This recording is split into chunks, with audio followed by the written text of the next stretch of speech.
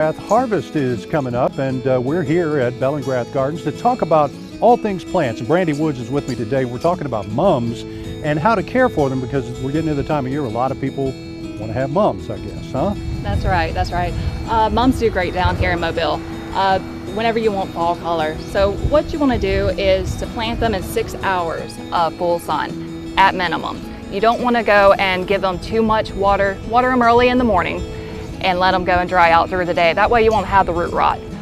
Go and pinch them back about midsummer to make them nice and round and bushy. And deadhead them as the flowers are going and tapering off. Just go and pinch them off. So mums, you got to pay attention to them a little bit. You do, you do. You got to give them a little bit of care. All right, so we got a couple of arrangements here that have mums in them, and they're different kinds of mums I see. Do all these do well here along the Gulf Coast?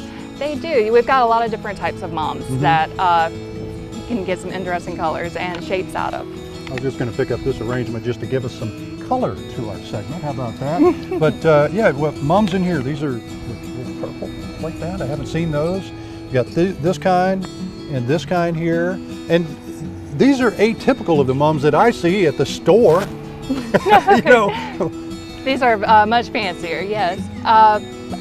Typically, and prettier, I'll add. Typically, you're going to see the smaller mums that they'll give you that full kind of round color. And what else do we need to know about mums? Like you mentioned watering and deadheading and all that. You got to pay a little bit. What about fertilizer?